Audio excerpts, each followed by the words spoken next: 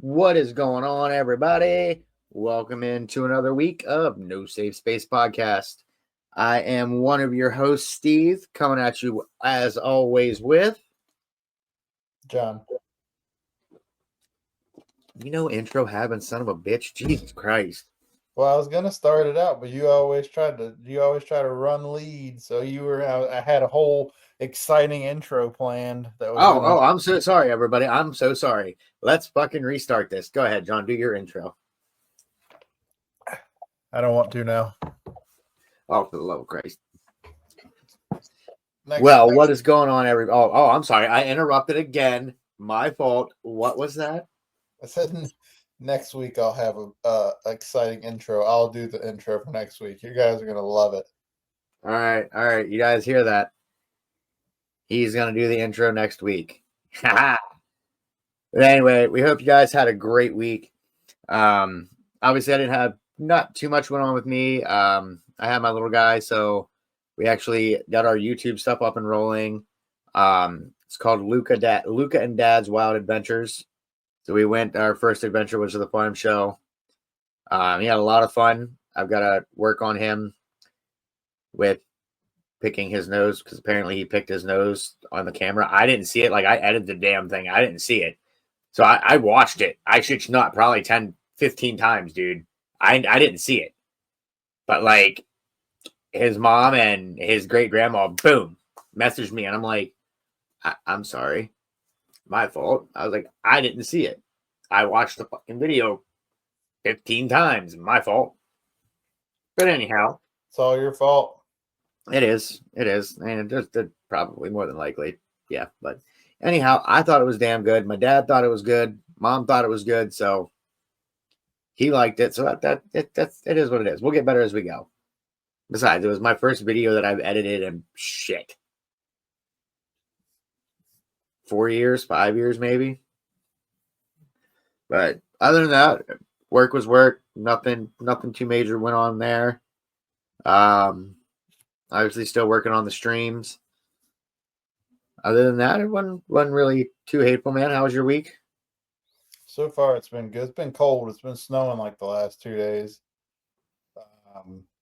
And I'll go ahead and tell you now, I apologize if you have difficulty hearing me. My normal podcasting mic decided it wanted to not connect to the computer. So I've got to try to figure that out. But work's been work. It's been slow. Like that we just got through the whole Christmas shutdown with like the big three. Not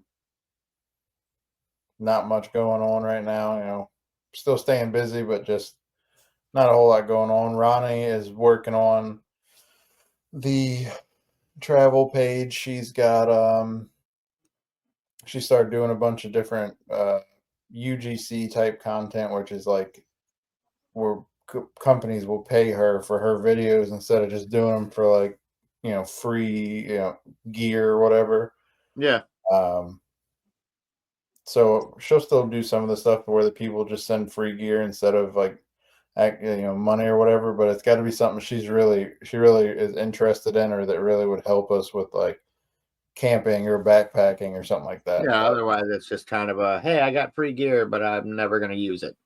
Yeah, there was a company that reached out that wanted to send her 2 sleeping bags, 2 sleeping pads, and a tent for us to try out and then make a product review. And we already bought like a really, really fancy backpacking tent. It's super lightweight, but it didn't make, I mean, we probably would never use that stuff after the video, so it's not something she wanted to push. I mean, you could have said, yeah, made the video and sent it to my happy ass. I thought about that. I also thought about sending it to my little brother, but we kind of both agreed that. I get it. I understand 100% because, like, you do one video, then the next thing you know, there's all kinds of shit showing up that you're really not going to use. I get it. Oh, I get it 100%. We get stuff sent to us all the time. I mean, we just got like a griddle caddy. This thing just showed up. Ooh. Ooh, insulated hydro flask. nice. They send more stuff than like anybody else. Like it's like once or twice a month there's boxes showing up. Nothing wrong with that. But they obviously we're not camping or backpacking right now because it's the middle of winter, so a lot of that stuff's just gonna have to sit until it's time for us to get back out and do stuff. But other than that, tonight should be. I'm pretty interested in your mafia stuff. Dude, I'm excited to do this. I'm very excited to do this. I'm not gonna lie, like I did as much research as I possibly could on this. Trying to find information on this was like fucking impossible. Apparently, the Gangland episode that I got the majority of this info from, like, apparently that's the only fucking real source on this stuff. Like, I was extremely disappointed. I'm like, there's the local news stations didn't cover any of this. Like, nobody else covered any of this. Apparently so what I'm gonna do is I'm gonna do the actual gang, which is gonna be the Hidden Valley Kings. And then I'm gonna do their leader at the time, whenever like all the indictments and stuff like that came down, Mr. Roscoe Abel. So that's what we're gonna do. But like I said, my first time doing it, my first time actually getting through this information, trying to find it. I've got, like I told John today, I'm gonna probably reach out to some other things here and see if I can get some kind of tips and how to get more information. So that's what I'm going to try to do. But either way, without further ado, guys, here we go. All right. So there's a news article subscription you can get with news articles that aren't like they're published, but they're not still like available. I think it's like $5 or $6 a month or whatever, but it's something archives. I'll send you the link. Okay. There's a lot in there. I would say, like, dude, I even went like straight fucking high school. I have an annotated bibliography done up. So at the end of this bitch, like whenever I go and we post it on YouTube, speaking of that, I've got the video editor so we can now make our YouTube videos and shit. When I post it, like down at the very bottom of the description and shit, I'm putting my bibliography in there. Like, no, I did actual research. I got the sources. I'm putting it in there so no one can be like, oh, you faked this, kiss my ass. If I faked it, who I got it from faked it first, okay? Because that's who I got the information from. But anyhow, are we good? We good to go? All right. Without further ado, we have the Hidden Valley Kings out of Charlotte, North Carolina. And they are actually not like in the heart of the city. They are just northeast of the city. It's very, very tight knit community. Pretty much all the kids that, as they like to call it, say they're raised by the valley. Like everything they need is pretty much in that community, like corner stores, grocery stuff like that. It's all within the community. So at the end of the day, like how they have the community set up, you could come in the entrance to the community, and if you wanted, say, and like what they focused on, cocaine, crack, pot, and ecstasy. That was their main tools of the trade, as people would put it. You know, that was their main tools of the trade. So how they would do, you would come into the community, and if you wanted, say, crack, you would go to the 4th Street over.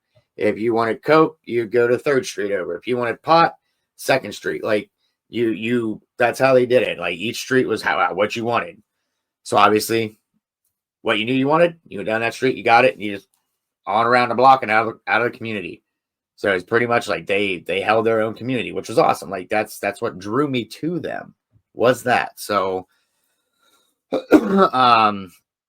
obviously, as any gang, they use brutal force to control small handguns, machine guns. There was even talk they had 50 cals, 50 machine guns. So like, yeah, right, dude. Like they were strapped to go. If it came to it, they were ready to rumble. As I said with the streets, like because all the members were raised there in the valley, like they knew it like the back of their hands. Like John and I are hunters. There's certain areas that we can go even now. Like I'm sure John, when he was a kid, there's areas you could go back in Virginia. You knew like the back of your hand. No question to it. You could navigate it. Same way with these guys. Like they knew which alleys to take, which fences to hop to get to a different side of the community. They knew all that. So cops would come in, they could dip. No one knew. Gone. Completely gone. I was going to say, are you raising your hand? Oh, all right. I'm like, all right, cool. We're in school, ladies and gentlemen.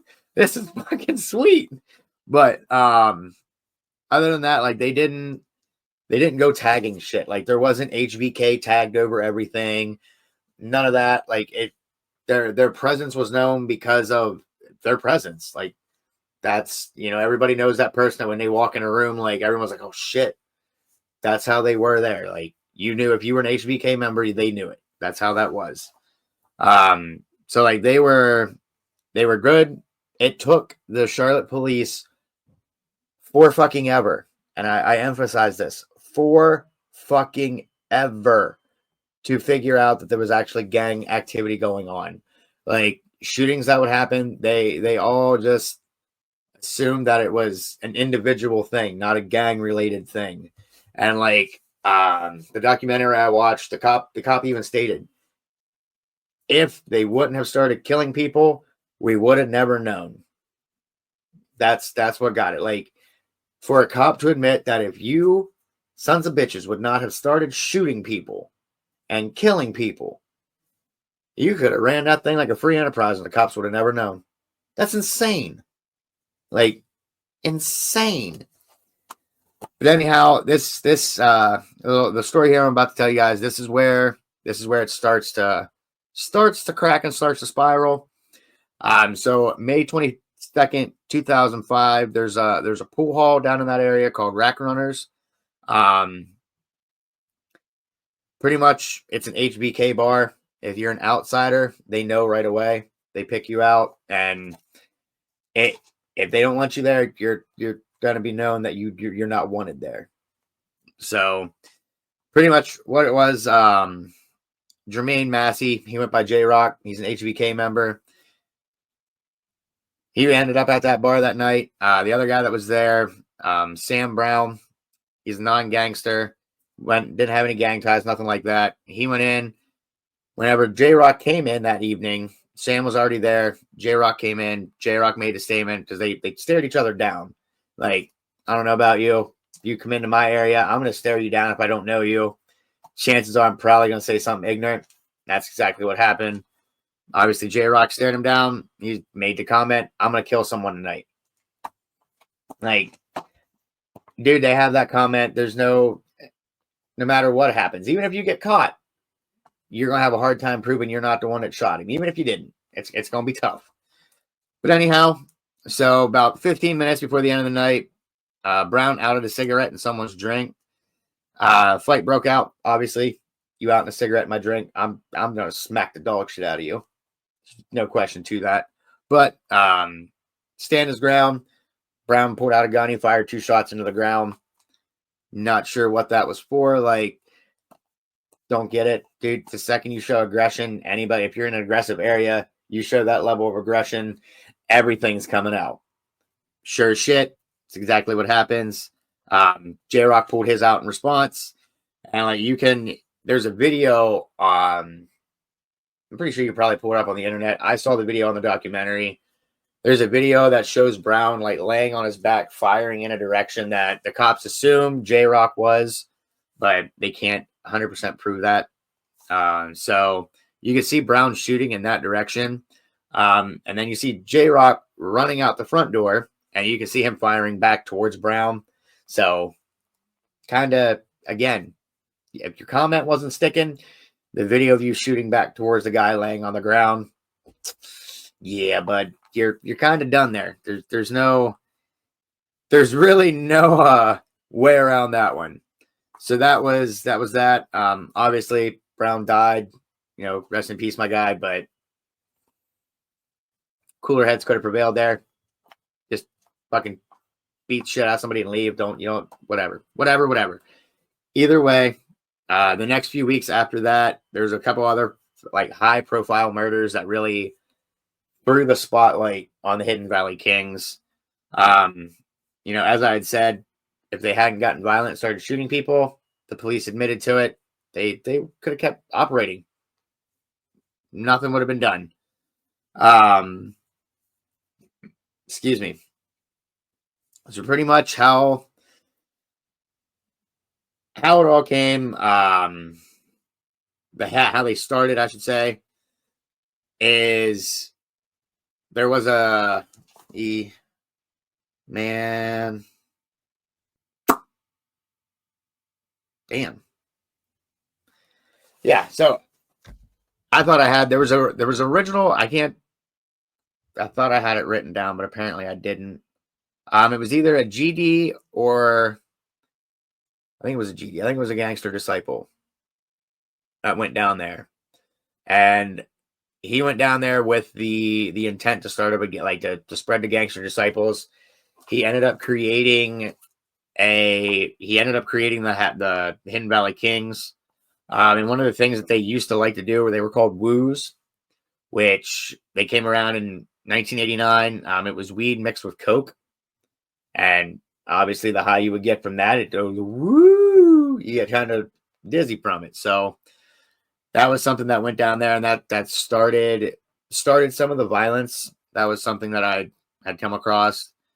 It was actually kind of cool. So they had rather than having OGs, they had OKs, which were the original Kings, the guys that were the original guys. And then the cool thing was, to me anyway, they're the little guys that were like gang born, I guess you could say. They were called peewees. And I'm like, dude, peewees, that's a baseball term. It's kind of fun there. Obviously, the other thing they would do is, other than themselves selling the drugs, they would allow independent dealers to come into their neighborhood. So what I mean by that, for those who don't know, if I wanted to go sell weed in their neighborhood, I could, but I'd have to pay them a street tax. Like, I'd have to pay them money to sell out of their spots. That was one way they made money as well, other than obviously selling their own stuff. When it first started, King stood for something. It actually stood for Crucial Islamic Nubian Gods. That's what it stood for whenever it first started. Not 1,000% sure if that's how they keep calling it or not. And yeah, that's kind of that. Now I'm going to tell you guys how it started. I'll get into Roscoe Abel here and how he took the violence up a few notches when it came to him taking control of the gang. And that started with the Eastland Shopping Mall.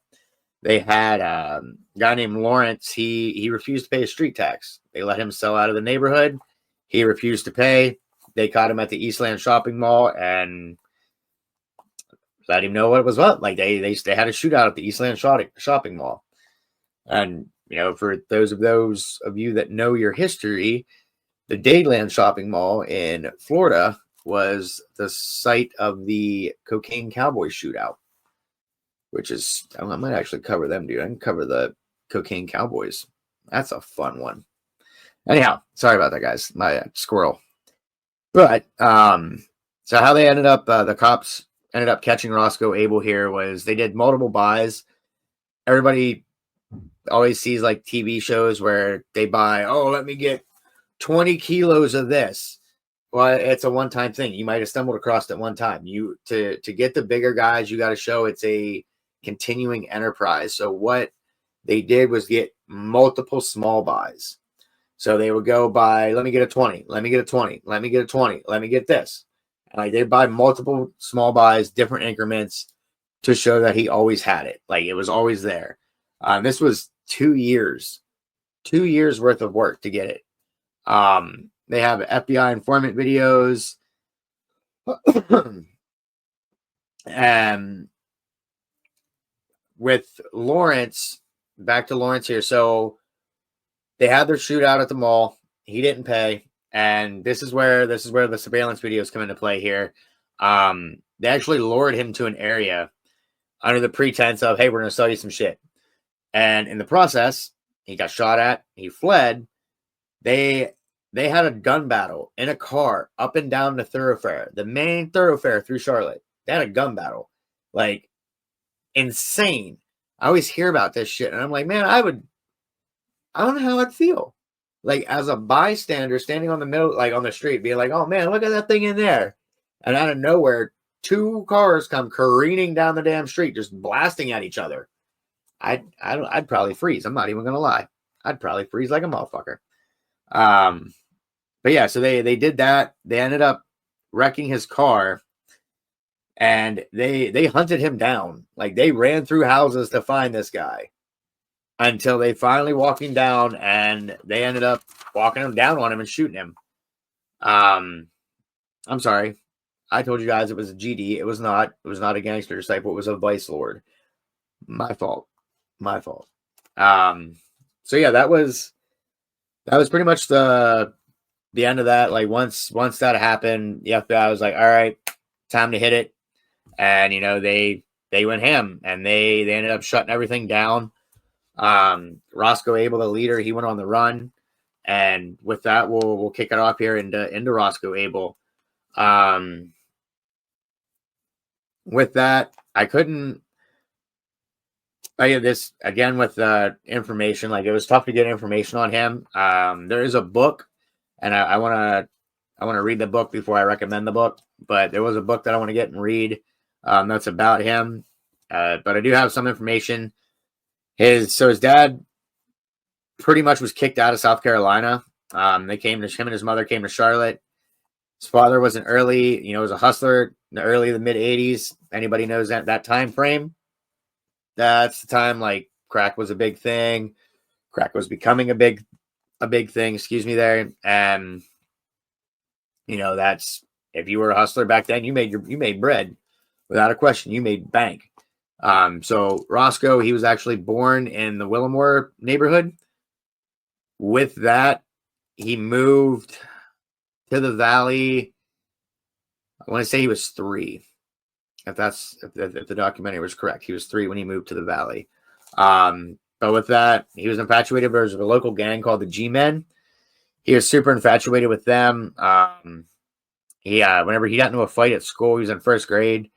He actually pulled a knife on somebody and claimed that he was Junior G-Man. And obviously he got suspended for that. Even back then, you could not pull a knife on somebody in school. It was heavily frowned upon. He said whenever he got home, his mom whooped his ass, which, as majority of moms do, like they whoop that ass. You get in trouble at school, they'll whoop it. He said his mom was super strict, but she had a heart of gold, so that's always a plus. And obviously with his father being a hustler, his dad was a true gangster, and some of the violence that he watched his dad commit, it got to him, and that's one of the reasons that he attributes why he did what he did as he got older. It's what he attributes it to. He actually witnessed his father kill a man, so that was something that got to him. He was, in the story that he told, he was actually chilling with a lady friend of his, and she got slapped by a pimp, in air quotes. And Roscoe moved to protect her. He ended up biting the guy. The guy slapped him.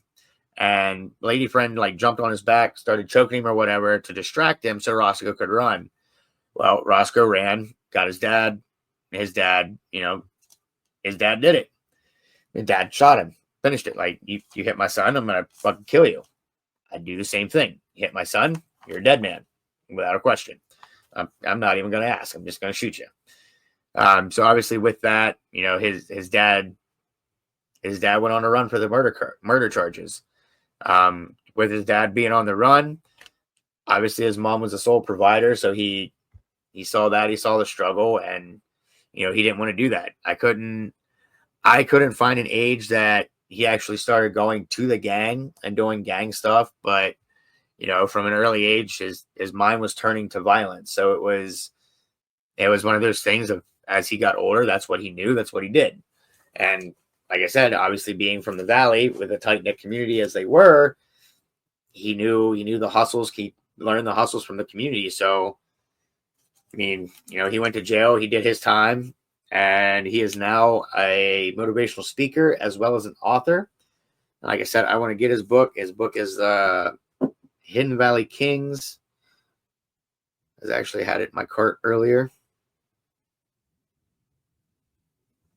Of course, I'm not going to be able to find it now. Oh, there it is. It's the Hidden Valley Kings, Series 1. I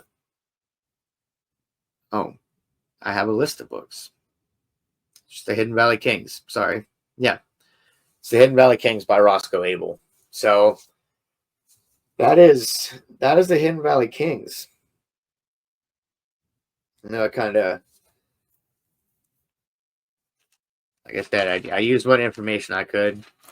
So it's not like I had a whole shit ton to work with, but I do have a bibliography that I'll post up so we see it. I didn't completely bullshit the entire thing.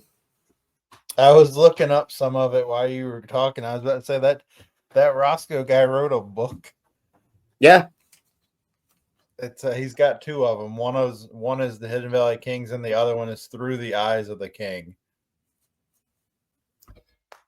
But yeah, it's a super interesting. Huh? Is he still in jail? No, he's out now. Huh. He's a motivational speaker, dude. Like he turned from the gang life, and I guess he talks to troubled youths, and yeah. I don't think so. Because I had never heard of them, so that was interesting. Because when you started talking about you were doing them, I started looking it up and stuff. There was pretty interesting stuff about them coming out. Like I found it interesting that the gang had 2 aliases. They're still active. Like they're still an active gang. They're just not as prevalent as they used to be. They're like that Toby Keith song, "I Ain't As Good As I Once Was." Yes. They are a walking Toby Keith song.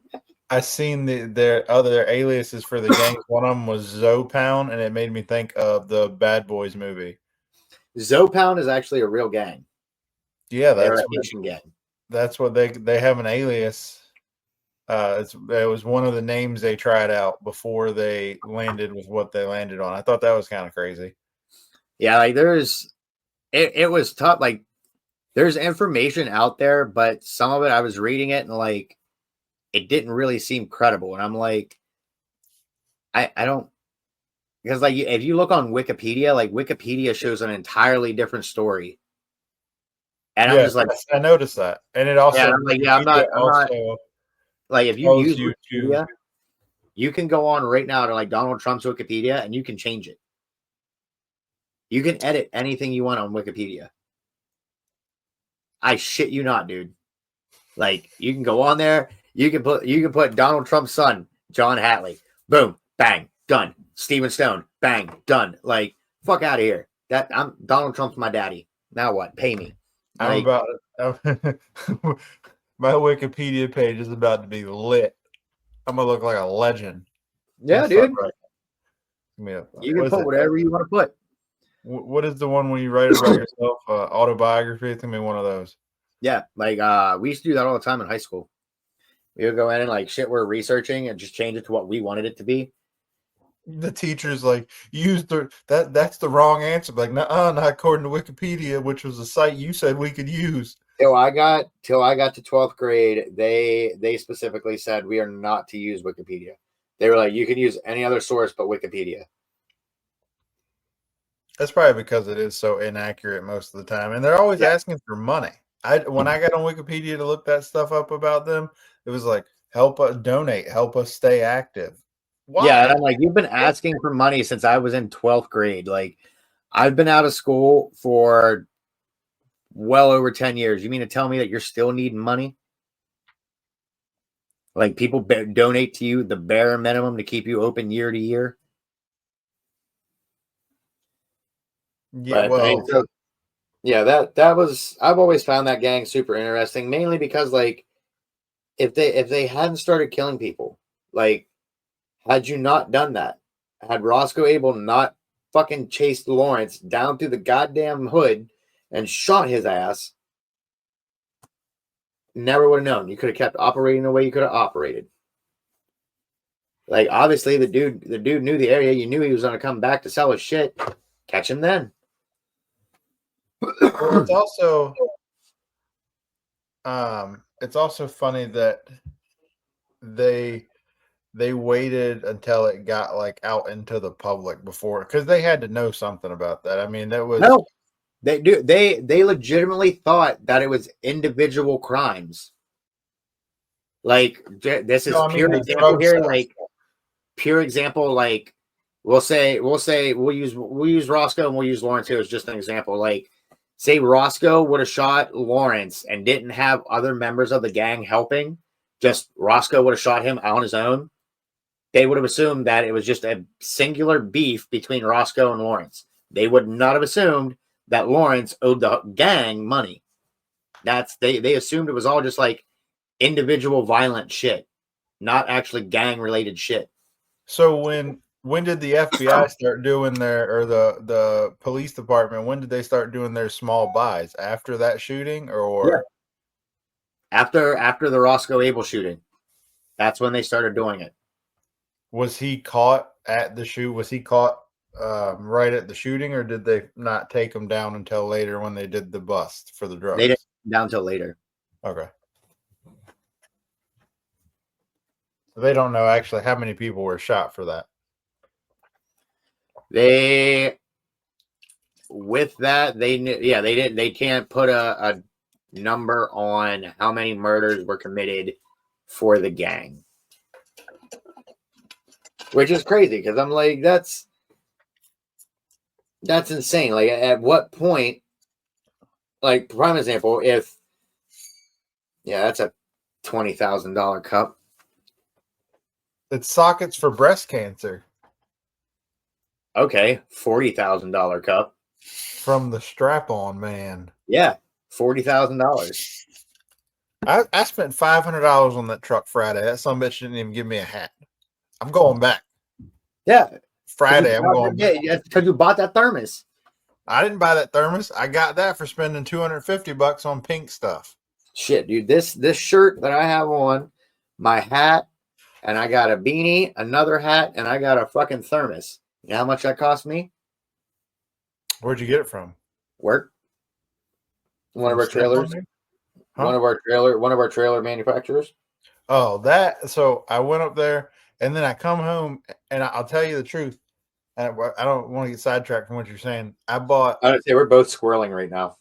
I bought that Olight Arcfield Pro, roll pin punches, a power probe testing meter, like a test light, but with a digital gauge and longer pieces, because my power probe that I have has like a 40-foot cord on it, and I get sick of rolling that thing back up all the time.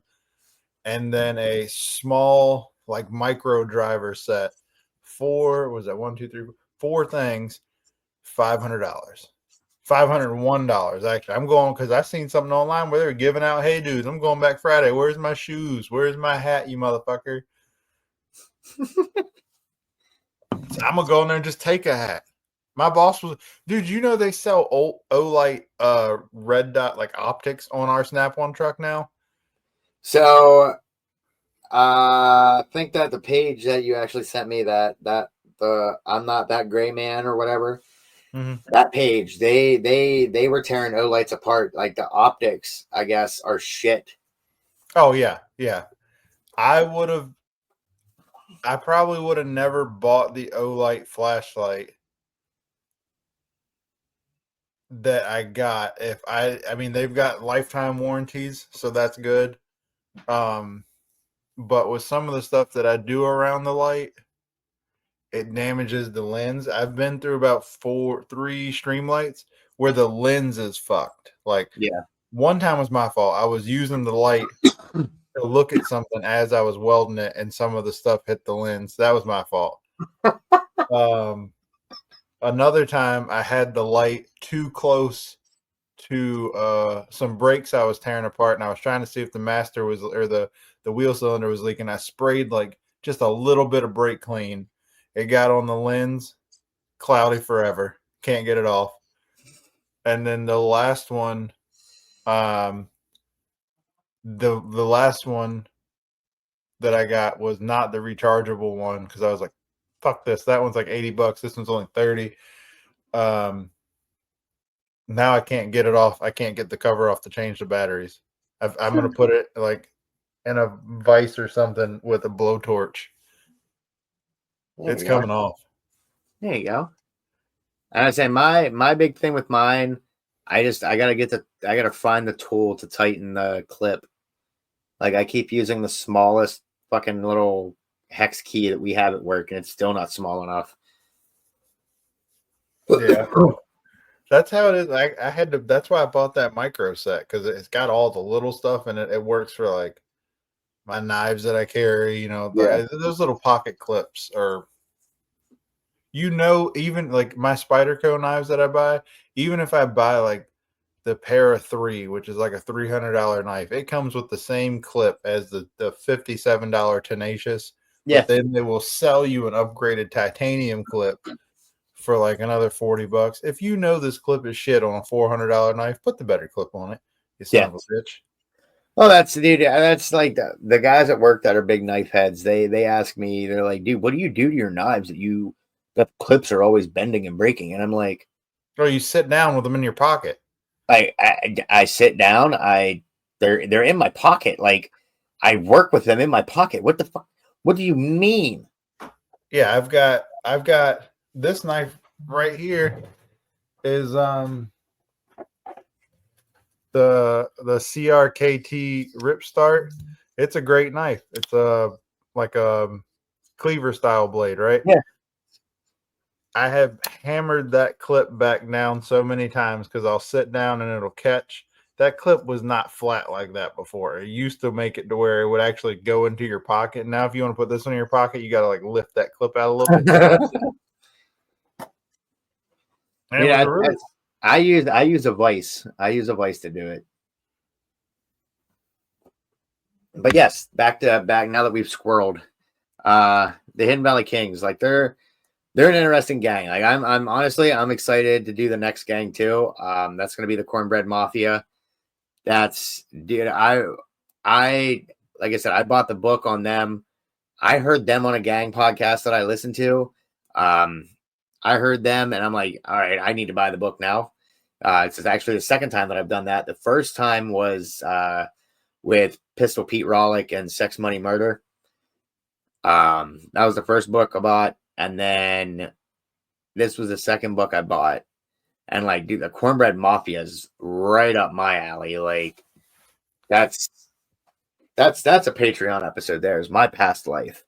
So when are we going to cover like the legends? Like, are we ever going to do like Doc Holliday and Wyatt Earp? Because I have a book. Actually, I have a few books. Legends. You shut your mouth. Legends. Listen, they weren't gangsters. The fuck they weren't. They weren't. He was a poker playing dentist that was smoking people at the OK Corral. Not only was he a dentist, he was a dentist at like the top of his class before he was like, oh, I've got the consumption. Let me just take my Mikata 1942 pistol out and start smoking hose out here behind the bar. Yeah. Look, you and I might be tied with our love of legends.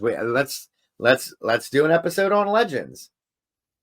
Let's do half an episode on our fourth week. Let's do half an episode of Wild West Legends. All right, I call Doc Holliday. That's fine. You sure you don't want to do Bass Reeves? Mm. Now I said legends. They don't have to be lawmen. Well, yeah, Doc Holliday wasn't a lawman the whole time. He was a traveling dentist. Yeah. Out of Pennsylvania that was just smoking bitches. Anyway, Bass Reeves, I don't know, that's a good one. That son of a bitch didn't die till he was like in his 90s. You got Bass Reeves, you got Geronimo, you got Sitting Bull, you got Wyatt Earp, you got fucking Jesse James. First of all, Wyatt Earp was Billy the Kid. Wyatt Earp only made it as far as he did because he had his brothers, Virgil and the other one, Morgan. Yeah, that Virgil and Morgan and Doc Holliday. Had he been on his own, he wouldn't have made it as far. He'd have got smoked at the train yard. He fucking. Oh my god. Hold tight. Who killed Ringo?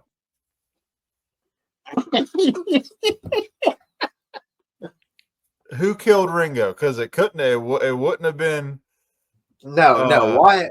Why would have ate that shit? Like dude, Ringo would have smoked his shit. You know, in that they say that they never solved who actually killed him. Like they're like, we don't know who did it. Yeah, they're like, we don't know. We know it was Doc, but we don't have proof that it was Doc. Well, yeah, Doc's not dumb. I mean, he is, but he isn't. Huh? He is, but he isn't. No. That if I was doing like a Hollywood tour of famous people's graves, his would be there. I'd be right in Colorado.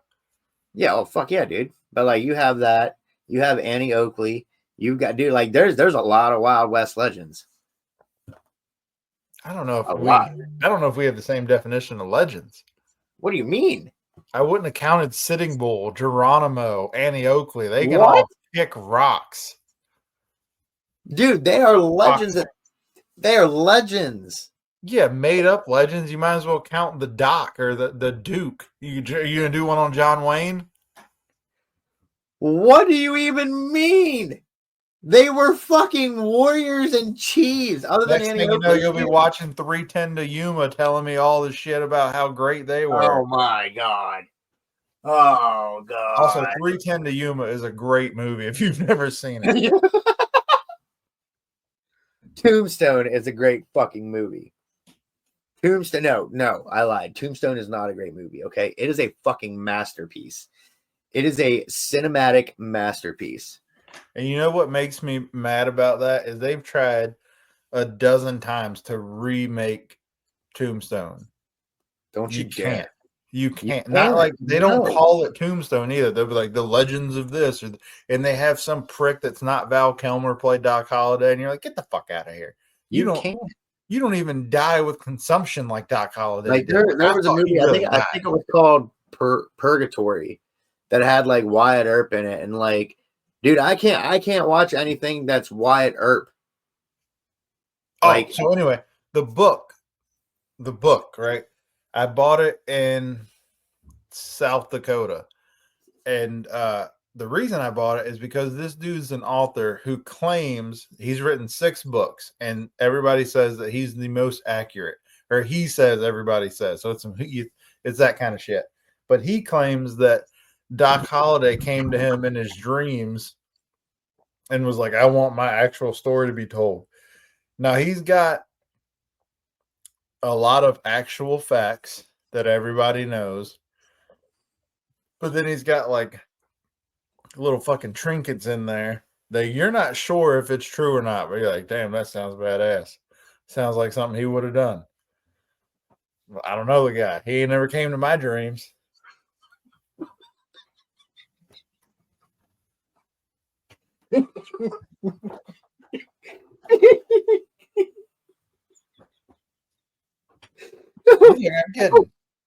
I'm telling you right fucking now, if you ever call me in the morning and are like, yo, Doc Holliday showed up in my dreams last night. No, I mean, don't get me wrong. I've had dreams.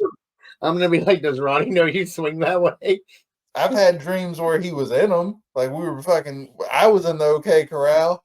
I was the one with the shotgun. He didn't get it. Fucking, I was the one with the street howitzer, not him. But if he ever popped up in my dreams, like, I want you to know the truth about some shit, I'd be like, oh, I'd wake up immediately, because if I fall asleep right after I wake up, I can continue a dream. I've done it. I would go, I'd eat a gallon-sized bag of melatonin gummies. You wouldn't see me for a week. I'd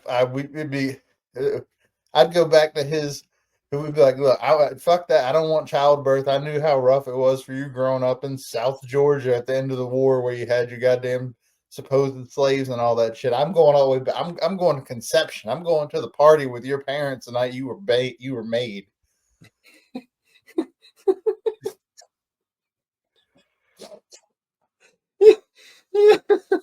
I need to know what position produced the legend. That's what I need.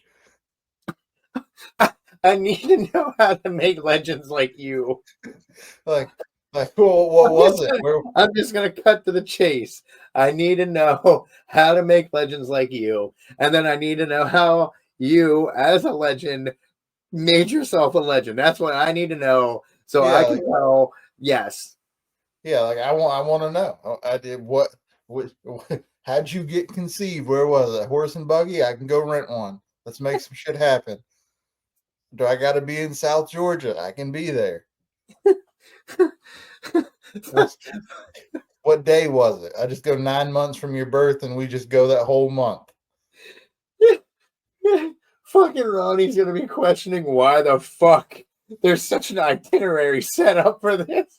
Yeah, like look, we get need to be in South Georgia, doggy style. You need to be facing south in a horse and buggy on the edge of the bayou with the gator hissing in the background. A light breeze. It's got to be 73 degrees outside, partly cloudy. You need to have on a floral sundress with the big poofy bottom and the bonnet. And the bonnet's got to be at like 90 degrees. I need to have slacks, dress shoes, and a top hat. Yeah, like I ain't got slacks and a top hat right now. Oh my god. But yeah, so I mean, we definitely, that's something we can actually do. We can probably do legends. But yeah, definitely we're going to continue with the gang stuff, the serial killing stuff. Next episode, if you want to cover the conspiracy theory, I will do the cryptid. It's up to you. I need to. If not, you can do the cryptid and I'll do the conspiracy theory. Well, I have a conspiracy theory, the MK Ultra stuff written up. My issue is I want to listen. You can hit Whitey Bulger in that. Save that. We can actually, whenever I can do an episode on Whitey Bulger and we can tie in MK Ultra to that. Okay, we'll go with Project Blue Wren then. Okay. Which was, I don't know that. Basically, there was a family where pretty much like the entire family got into the FBI, and their daughter got in there, and I think she sexually fantasized about like communism and Castro and all that stuff. So she got convinced to be a double agent during like the Cuban Missile Crisis for them, as like she would feed them all of the information the U.S. had, and they only found out about it because the Cuban Missile people shot down a Help for Havana flight, and then they killed like 9, like back to back to back, like 9 of the U.S.'s spies that were over there, because she gave them the names and everything. She's actually in prison. Because that was like early 90s into 2000. She was arrested in like 03. So she actually only got like 25 years for this. Huh. But yeah, so yeah, if you want to do that one, I will cover. I think I would actually do Pennsylvania's fucking cryptid, which is the Squonk. I might only reason I'm saying you may run the next one is because depending on how this sounds, I might be ordering a new mic. Okay. Because I can't get this one to connect properly, and that's not cool. All right. But so definitely, guys, leave some feedback. Let us know what you thought, not only on the gang portion of this, but on John's audio. Has anybody ever had a dream about Doc Holliday where he tells you his life story? Yes, reach out to. If anybody is at anybody famous, legends, gangsters. We can't do that because we were all fucking 14 at one time when Pamela Anderson was like in her prime. You can't say any famous people ever came to your dream because you'd be like, well, they may not have, but I did. You can't say that shit. All right, fine. If you've had any legends that are gang related, Wild West related, drop us a comment and let us know. What if they did a scene that was set in Wild West? I don't need to know about your fucking OnlyFans scenes unless you're sending them to me for free. I will take them. John can't because he's married. I am single, so send them bitches to me. I'll watch them for free. But with that, I take care of yourself, okay? Because I don't want to see no shit. Anyhow, y'all, thanks for tuning in. Make sure you hit us with them subscribes, hit us with the likes, hit us with the comments, hit us with the shares, hit us with the rates as well, guys. So we, as of right now, we are a 5-star podcast. So keep it coming, please. Other than that, John, you got anything else? We probably will be doing our first Patreon episode this week. Yes. There's not a problem. We will. We will be doing that. Being said, we're gonna try to do. I'd like to do 3 episodes a month, but we're gonna shoot for 2. I know that sometimes, like when I subscribe to like a Patreon for podcast, I will wait a little bit and get like an entire backlog of their Patreon stuff. Yes, if you subscribe early, you're more loved. Well, yeah, but that's what I'm saying. So, like the earlier subscribers, we love you more. Maybe they get to become moderators on like the Discord or something to help out. We'll see what we can do for that. Just know you're more loved. Out of all of our children, you're the more loved ones. Are we skipping the football scores for this week? The Steelers lost. I know that. Big fucking surprise there. That's 5 seasons, I think. It might be 6 now. Well, I'll tell you that the Redskins won, and now they're trying to come to Detroit. And they are, and some little fucking pole smoker thinks he's going to come spend the night at my house after he got a little lippy on the game. And if you've listened all the way to the end, you little fuckwad, you know who I'm talking about.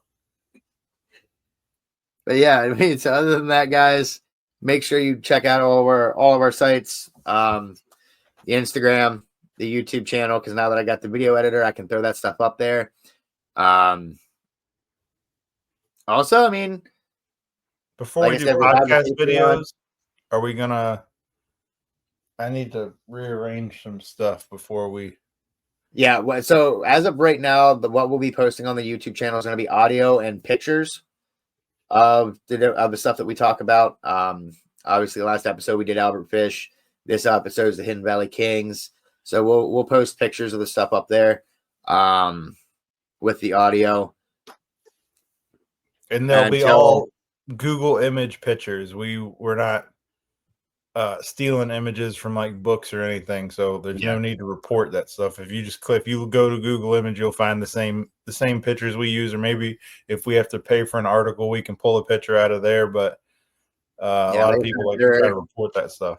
At least at my stuff, I mean, John wants to do it. That's on John, but my stuff will have bibliography. So if you want to check it. Other than that, obviously we don't own the rights to anything. Ain't that the truth? Right? We don't own the rights to anything. We're not trying to take the work that you may have put in. Not trying to do that. We're just having fun. Oh, we're talking about that. I was talking about the government. All right. Oh, yeah. That too. We don't own shit. I mean. Bastards. Anyway. Like, comment, subscribe. Check out everything. We'll talk to you later. We'll see you guys on the Spotify again. Obviously, on Mondays is when we do those. So take it easy. Peace.